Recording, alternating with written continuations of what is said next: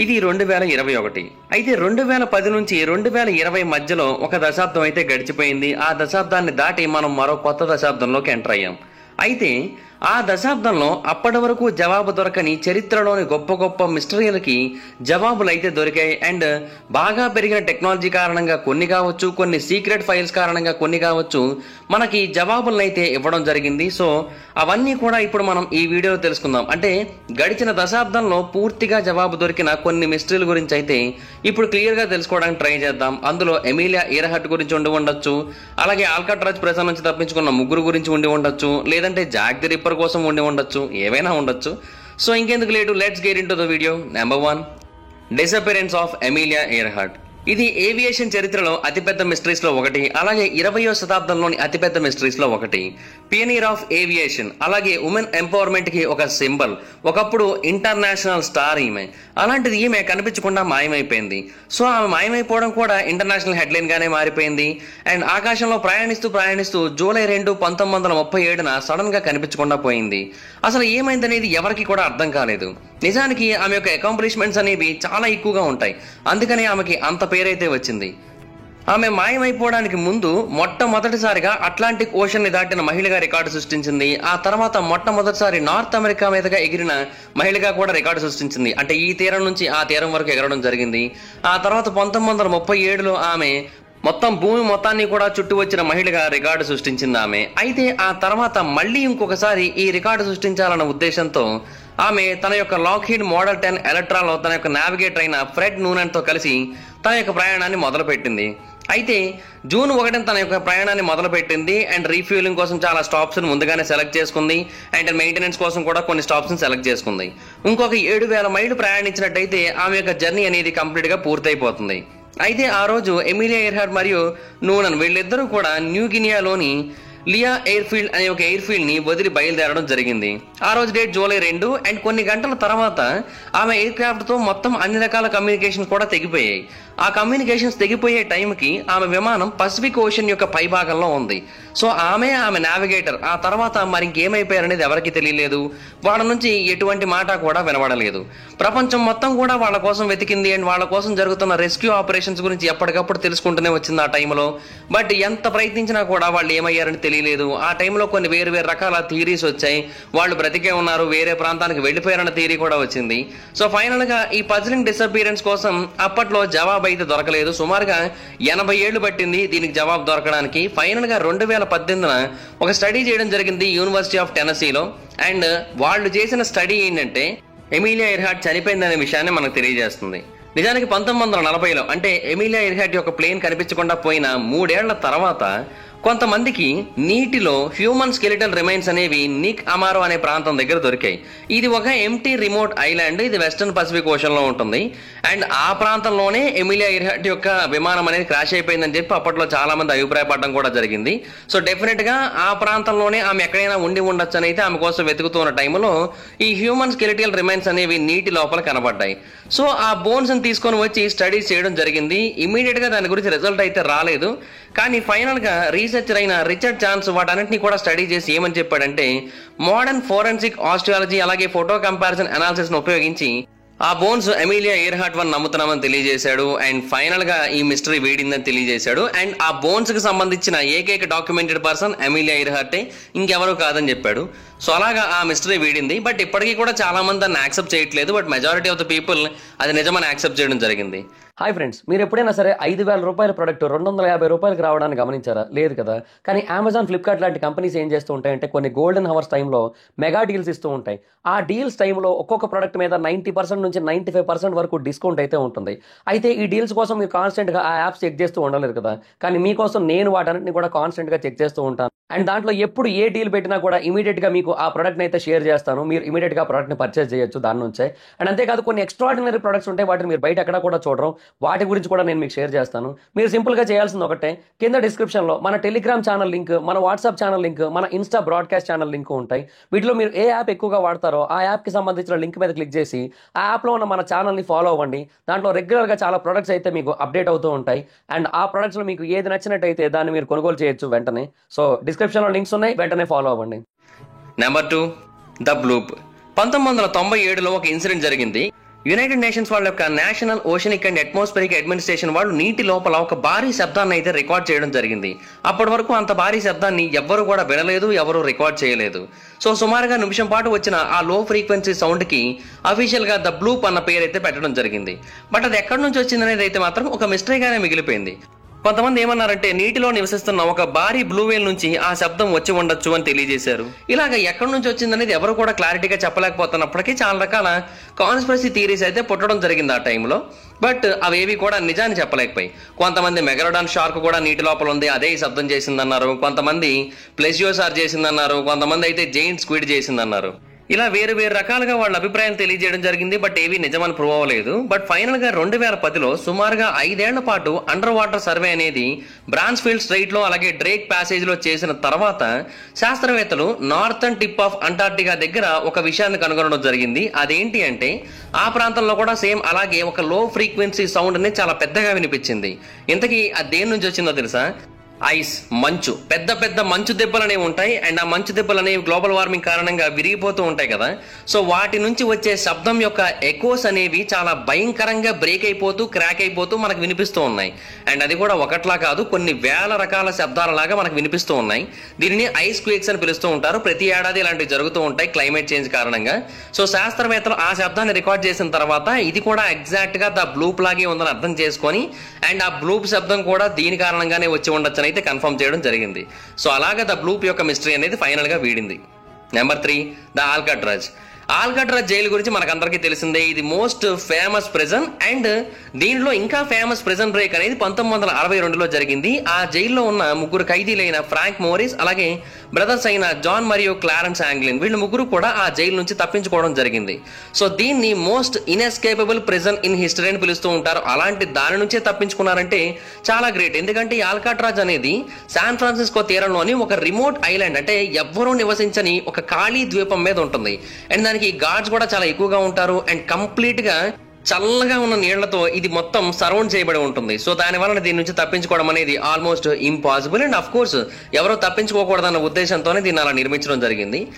ఇక్కడ జీవితం అనేది ప్రిజనర్స్ కి చాలా వరస్ట్ గా ఉంటుంది. సో అందుకని ఈ 3 ఏం చేశారంటే ఎలాగైనా ఇక్కడ నుంచి తప్పించుకోవాలన్న ఉద్దేశంతో సుమారుగా 6 నెలల పాటు వాళ్ళు ఉంటున్న సెల్ నుంచి ఒక సొరంగం వంటి దాన్ని తవ్వడం మొదలు పెట్టారు. అండ్ ఆ సొరంగాన్ని డైరెక్ట్ గా బయట ఉన్న నీటికి కనెక్ట్ అయ్యేలా చేసుకున్నారు. అండ్ వాళ్ళు ముందుగానే ఒక రాఫ్ట్ ని బిల్డ్ చేసుకోవడం జరిగింది రెయిన్ కోట్స్ ను ఉపయోగించి. అండ్ ఆ రాఫ్ట్ ద్వారా తప్పించుకోవాలని ట్రై చేశారు. అండ్ వెళ్ళిపోవడానికి ముందు వాళ్ళ ప్లేసెస్ లో కొన్ని బొమ్మల నుంచేసి వెళ్ళిపోయారు, అంటే వాళ్ళు అని అనుకునేలా చేయడం కోసం. అలాగా ఆ 3 తప్పించుకున్నారు. బట్ వాళ్ళ బోటుకి మధ్యలో కొన్ని ప్రాబ్లమ్స్ ఎదురయ్యాయి. అండ్ ఫైనల్ గా ఏదో బాధలు పడి వాళ్ళు శాన్ ఫ్రాన్సిస్కో తీరాన్ని అయితే చేరుకోవడం జరిగింది. కానీ FBI వాళ్ళు మాత్రం వాళ్ళ కోసం కంటిన్యూస్ గా వెతకడం జరిగింది. కానీ 17 ఏళ్ల తర్వాత కూడా వాళ్ళు దొరకపోయేసరికి ఇంకా వాళ్ళు నీటిలో మునిగిపోయి చనిపోయారని చెప్పి ఒక కన్ఫర్మేషన్ ఇచ్చేయడం జరిగింది. అండ్ కేసు క్లోజ్ చేశారు కంప్లీట్ గా. కానీ 2013 FBI వాళ్ళ దగ్గరికి ఒక లెటర్ వచ్చింది.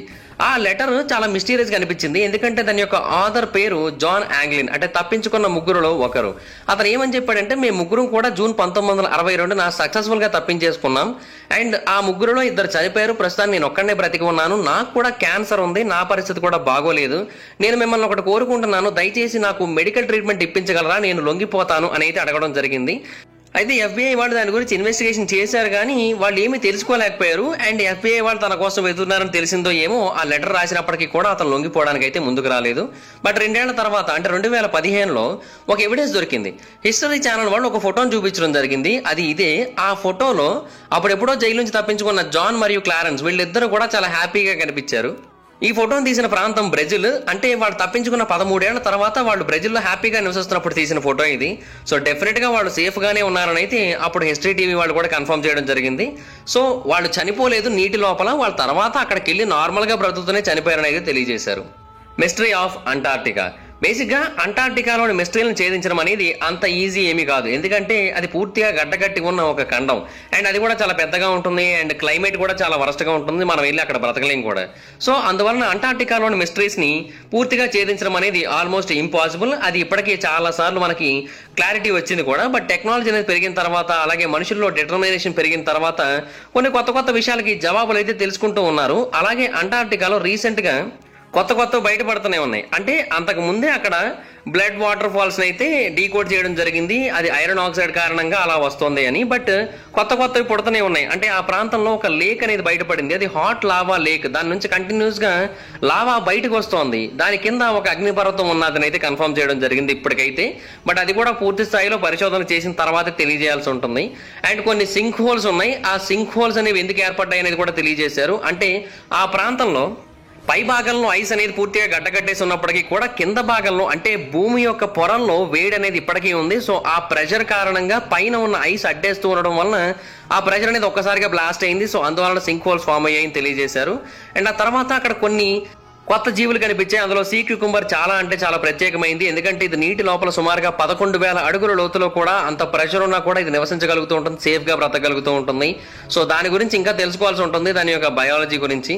అండ్ ఆ తర్వాత 2019లో ఒక మెట్రాయిడ్ కూడా కనబడింది. అండ్ దాంట్లో పురాతన కాలం నాటి స్టార్ డస్ట్ కనిపించింది. అంటే మన సూర్యుడి కంటే పురాతనమైన స్టార్ డస్ట్ కనిపించింది అందులో.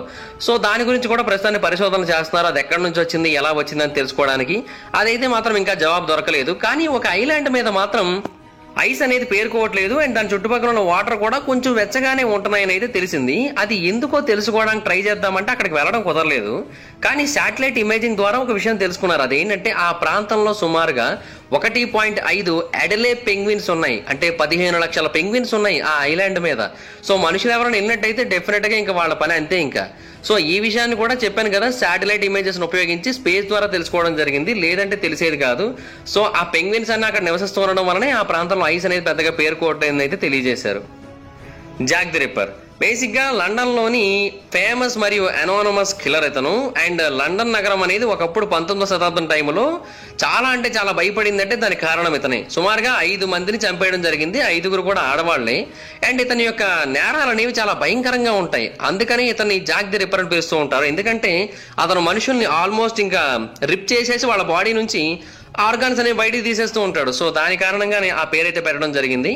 అండ్ భూమి మీద ఉన్న the most famous serial killers లో ఈయన కూడా ఒకడు. అయితే ఈయన గురించి ఎంత తెలుసుకోవాలని ట్రై చేసినా కూడా ఏమీ తెలియలేదు. కానీ ఫోరెన్సిక్స్ వాళ్ళకి మాత్రం ఇతని గురించి ఒక ఇన్ఫర్మేషన్ తెలిసింది. అది కూడా డిఎన్ఏ గురించి మనకి నాలెడ్జ్ వచ్చిన 1/2 శతాబ్దం తర్వాత మాత్రమే ఇతని గురించి తెలిసింది. ఎందుకంటే అప్పుడు మాత్రమే మనకి టెక్నాలజీ అనేది పెరిగింది. అండ్ ఇతని యొక్క మిస్టరీ అనేది ఫైనల్ గా అప్పుడు వీడింది. అయితే సుమారుగా 130 సంవత్సరాలలో సుమారుగా 100 మందిని అయితే అనుమానించడం జరిగింది. మేబీ ఇతను జాక్ ది రిప్పర్ ఏమో, ఇతను జాక్ ది రిప్పర్ ఏమో అని. కానీ ఎవరి దగ్గర కూడా సరైన ఆధారాలు దొరకలే. కానీ ఈ ఫోరెన్సిక్ రిపోర్ట్ మాత్రం ఫైనల్ గా ఆ నేరస్తుడు ఎవడని అయితే తెలియజేసింది. మార్చి 2019 జర్నల్ ఆఫ్ ఫోరెన్సిక్ సైన్సెస్ రీసెర్చర్లు ఒక రిపోర్ట్ అయితే టెలికాస్ట్ చేయడం జరిగింది. ఆ రిపోర్ట్ ప్రకారం దాని గురించి రీసెర్చ్ చేసిన ఇద్దరు పేరు జారీ లోజా లేనిన్ అలాగే డేవిడ్ మిల్లర్. వీళ్ళిద్దరూ కూడా అప్పుడు జాక్ ది రిప్పర్ చంపిన 4 మహిళల్లో 4వ మహిళ యొక్క పక్కన ఒక టవల్ ఉంది. అంటే ఒక టవల్ కూడా కాదు, అది ఒక సిల్క్ షాల్ లాంటిది. అది దానిపైన రక్తపు మరకలు ఉన్నాయి. దాని ఆధారంగా ఇన్వెస్టిగేషన్ చేయడం జరిగింది. ఆ 4వ విక్టిమ్ పేరు క్యాథరిన్ ఎడ్వర్డ్స్. సో ఆమె పక్కన ఇది దొరికింది. సో ఆ డిఎన్ఏ శాంపిల్స్ ని ఆమె రిలేటివ్స్ అలాగే ఆమె చుట్టుపక్కల ఉన్న వాళ్ళందరితోని కూడా పరిశీలిస్తే తెలిసింది ఏంటంటే ఒకే ఒక వ్యక్తి జాక్ ది రిప్పర్ అయ్యే అవకాశం 99.99% ఉందని తెలియజేశారు. ఆ ఒక్క వ్యక్తి కూడా ఎవరు అంటే ఆరోన్ కాస్మిన్స్కీ. ఇతను ఒక బార్బర్. అతను ఒకప్పుడు ఆ ప్రాంతంలో నివసించేవాడు. అండ్ అప్పట్లో అతను అనుమానించడం కూడా జరిగింది. బట్ ఆధారాలు ఏమీ దొరకపోవడంతో వదిలేయడం జరిగింది. బట్ ఫైనల్ గా ఇతనే అని తెలిసింది. 2014లో జారీ హెరనాన్ ఒక ఇంటర్వ్యూ ఇచ్చాడు ద గార్డియన్ వాళ్ళకి. అప్పుడు అతను ఏమని చెప్పాడంటే చరిత్రలో ఈ కేసు కోసం నాకు మాత్రమే ఏకైక ఫోరెన్సిక్ ఎవిడెన్స్ దొరికింది, అతను ఎవరో తెలిసింది. అండ్ 14 ఏళ్ల పాటు దీని మీద కష్టపడడం జరిగింది. అండ్ ఫైనల్ గా ఆ మిస్టరీకి జవాబు అయితే మా దగ్గర ఉంది, జాక్ ది రిప్పర్ ఎవరో తెలిసిందని తెలియజేశాడు. సో అలాగే ఫైనల్ గా ఈ మిస్టరీ కూడా వీడింది. Jimmy Hoffa disappearance. బేసిక్గా జిమ్మీ హోఫా అనే వ్యక్తి బాగా పాపులర్. ఇతను ఒక లేబర్ యూనియన్ లీడర్. అండ్ ఇతని ఫాదర్ చనిపోయిన తర్వాత అది కూడా పూర్ వర్కింగ్ కండిషన్స్ కారణంగా జిమ్మీ హోఫా యొక్క జీవితం అనేది చాలా వరస్ట్ గా ఉండేది చిన్నప్పుడు. అండ్ ఆ తర్వాత జిమ్మీ హోఫా మొదటి నుంచి కూడా లేబరర్ యొక్క రైట్స్ కోసం పోరాడుతూ ఉండేవాడు. అండ్ టీమ్స్టర్స్ యూనియన్ లోకల్ చాప్టర్ 299కి ఇతను హెడ్ కూడా. అండ్ 1957 ఆ టైంలో ఇతను చాలా అంటే చాలా పాపులర్. అండ్ టీమ్స్టర్స్ గురించి మీకు తెలియకపోయినట్టయితే ఇది అమెరికాలోని అతిపెద్ద లేబర్ యూనియన్ గ్రూపు. అండ్ అప్పట్లో యునైటెడ్ నేషన్స్ లోని ఎన్నో రకాల ట్రాన్స్పోర్టేషన్స్ ని వీళ్లే కంట్రోల్ చేసేవారు. సుమారుగా 90% మంది ట్రాన్స్పోర్టేషన్ వాళ్ళు ఈ టీమ్స్టర్స్ గ్రూప్ లోనే ఉండేవాళ్ళు. సో దాని వలన ట్రక్కింగ్ కావచ్చు, ఇంకేమైనా పెద్ద పెద్ద డీలింగ్స్ కావచ్చు, అవి ఏం చేయాలన్నా కూడా వీళ్ళ మాటల్ని బట్టే నడుచుకోవాల్సి ఉంటుంది. అయితే ఆ తర్వాత ఆ టీమ్స్టర్స్ గ్రూప్ లో చాలా మంది చెడ్డ వ్యక్తులు చేరడం జరిగింది. వాళ్ళందరూ కూడా డబ్బుకు లొంగిపోవడం జరిగింది. ఆ తర్వాత అక్కడ క్రైమ్స్ కూడా విపరీతంగా పెరిగిపోయాయి. సో ఆ టైంలోనే ఒకరోజు జూలై 30, 1975న హోఫా ఒక రెస్టారెంట్ కి వెళ్ళడం జరిగింది. ఆ రెస్టారెంట్ బయట తన కార్ ని పార్క్ చేశాడు. అది డెట్రాయిట్ లో ఉంది. అండ్ ఆ తర్వాత హోఫా గురించి మరెప్పుడు వినిపించలేదు. అథారిటీస్ ఏమన్నారంటే మాఫియా వాళ్ళు అతను కిడ్నాప్ చేసి ఉండొచ్చని అయితే తెలియజేశారు. బట్ అది నిజమో కాదు ఎవరికి తెలియలేదు. అండ్ చాలా మంది ఏమన్నారంటే హోఫాకి పవర్ అంటే చాలా ఇష్టం. సో అందుకని ఇన్నాళ్ళు ఇలా బిహేవ్ చేశాడు. కానీ ఇప్పుడు తన పవర్ అనేది ఎందుకు ఉపయోగం లేకుండా పోతుంది, అలాగే తన పవర్ కూడా పోతుందని అర్థం చేసుకున్నాడు. అందుకే కనిపించకుండా మాయమైపోయాడని చెబుతూ ఉన్నారు. కానీ కొంతమంది ఏమంటారంటే హోఫా చాలా మంచివాడు, అతనికి గ్యాంగ్స్టర్స్ తో గొడవలు అయ్యాయి, ఎందుకంటే వాళ్ళు చెడు చేస్తూ ఉంటారని వాళ్ళని మంచి మార్గంలో వెళ్ళమన్నాడని అయితే వాళ్ళకి ఇతను నచ్చలేదు. సో అందుకని వాళ్ళు ఇతని మీద పగ పెంచుకున్నారు. వాళ్ళు ఇతను కిడ్నాప్ చేసి చంపేసి ఉంటారని తెలియజేస్తూ ఉన్నారు. సో అలాగే ఏది నిజం అన్నది ఎవరికి కూడా పూర్తిగా తెలియలేదు. చాలా ఇన్వెస్టిగేషన్ జరిగింది, ఎవరు సస్పెక్ట్స్ కాలేదు, ఎవరు అరెస్ట్ అవ్వలేదు. జిమ్మీ హోఫా యొక్క మిస్టరీగానే మిగిలిపోయింది. కానీ 2004లో ఒక సంఘటన జరిగింది. ఆ సంఘటన 2019 నవంబర్ వరకు ఎవరూ గుర్తించలేదు. 2004లో జరిగిన సంఘటన ఏంటంటే ఒక వ్యక్తి ఒక పుస్తకాన్ని రాయడం జరిగింది. ఆ పుస్తకం పేరు I heard you paint houses. ఈ పుస్తకాన్ని రాసిన రైటర్ చార్లెస్ బ్రాంట్. ఇతను ఆ పుస్తకంలో ఏమని రాశారంటే జిమ్మీ హోఫాని చంపిన ఒక వ్యక్తి తనతో ఆ విషయాన్ని తెలియజేశాడని రాశాడు. అండ్ జిమ్మీ హోఫాని చంపింది ఫ్రాంక్ అనే ఒక ఐరిష్ మ్యాన్. ఇతను కూడా వాళ్ళ యూనియన్ లో ఒక మెంబరే, కానీ అతనే ఇతను చంపడం జరిగింది. దానికి రీజన్ ఏంటంటే షీరన్ అని ఒక వ్యక్తి ఉన్నాడు. అతను కూడా లేబర్ యూనియన్ అఫీషియలే. అతనే ఇతన్ని చంపించడం జరిగింది. అండ్ ఇన్ఫాక్ట్ తర్వాత రీసెంట్ గా వచ్చిన వీళ్ళ గురించిన సినిమాలలో మనకి ఈ షీరన్ మరియు హోఫాకి సంబంధించిన రిలేషన్ కూడా క్లియర్ గా చూపిస్తారు. అండ్ దాన్ని క్లియర్ గా డ్రామటైజ్ చేశారు కూడా ద ఐరిష్ మ్యాన్ అనే ఒక నెట్ఫ్లిక్స్ ఓరియంటెడ్ మూవీలో. దాంట్లో మనకు చాలా క్లియర్ గా కనిపిస్తూ ఉంటుంది. Number 10 is Gardner museum heist. సుమారుగా $1 బిలియన్ విలువ చేసే ఆర్ట్ వర్క్ యొక్క దొంగతనం మార్చి 1990 జరిగింది. ఇద్దరు వ్యక్తులు పోలీస్ ఆఫీసర్స్ లాగా డ్రెస్సులు వేసుకుని స్టీవర్ట్ గార్డనర్ మ్యూజియం లోకి వెళ్లారు. ఇది మసాచ్యూసెట్స్ లోని బోస్టన్ అనే ప్రాంతంలో ఉంటుంది. అండ్ వాడు నైట్ వాచ్మెన్ కి ఏమని తెలియజేశారంటే మాకేదో ఒక డిస్ట్రెస్ కాల్ వచ్చింది, అందుకే మేము వచ్చాము, లోపలికి వెళ్ళి చెక్ చేయాలని తెలియజేశారు. లోపలికి వెళ్ళిన తర్వాత వాచ్మెన్ కొట్టేశారు. ఆ తర్వాత అతను పూర్తిగా కట్టేయడం జరిగింది. ఆ తర్వాత సుమారుగా $500 మిలియన్ విలువ చేసే పెయింటింగ్స్ ని కొట్టేయడం జరిగింది. ఆ తర్వాత 2014 వరకు ఈ కేసు సాల్వ్ కాలేదు. బట్ అప్పుడు స్పెషల్ ఏజెంట్ అయిన జెఫ్ కెల్లీకి FBI వాళ్ళు ఈ కేసు అప్పగించడం జరిగింది. అండ్ అతను మళ్ళీ పూర్తి స్థాయిలో ఇన్వెస్టిగేషన్ చేయడం జరిగింది. అండ్ 2006లో ఒక లెటర్ గురించి అప్పుడు అతను తెలుసుకున్నాడు. ఆ లెటర్ ఒక ప్రెజెంట్ ఇన్మేట్ వేరే వాళ్ళకి రాయడం జరిగింది. అందులో ఆయన ఏమని తెలియజేశారంటే తన సెల్మేట్ ఈ క్రైమ్ గురించి తనకు తెలియజేశారంట. సో ఆ లెటర్ గురించి ఇతను తెలుసుకుంది 2014లో. అండ్ ఆ తర్వాత 4 ఏళ్ల కంటే 2018లో FBI వాళ్ళు ఒక విషయాన్ని అనౌన్స్ చేశారు. ఏమనంటే వాళ్ళకి దొంగలు దొరికారు అని. వాళ్ళిద్దరు పేర్లు ఏంటంటే జార్జ్ వెస్ట్ ఫెల్డర్ అలాగే లెనీ డెమోషియో. వీళ్ళిద్దరూ కూడా ఒక వ్యక్తి కింద పనిచేస్తున్నారు. అతని పేరు కార్మెలో మెర్లినో. వీళ్ళు ముగ్గురు కలిసి ఈ ప్లాన్ అయితే వేయడం జరిగింది. అండ్ వీళ్ళు ముగ్గురు దొరికిపోయారు. కాకపోతే ప్రాబ్లం ఏంటంటే ఇప్పటికీ ఆ పెయింటింగ్స్ ఏమైపోయాయనే తెలియలేదు. అండ్ అందులో ఒకప్పటి కాలం నాటికి చెందిన ఒరిజినల్ రెంబ్రాండ్ పెయింట్ వర్క్స్ అలాగే ఒరిజినల్ వెర్మీర్ పెయింట్ వర్క్స్ కూడా ఉన్నాయి. బట్ అవి ఏమయ్యాయి అనేది అయితే మాత్రం ఇప్పటికీ తెలియలేదు.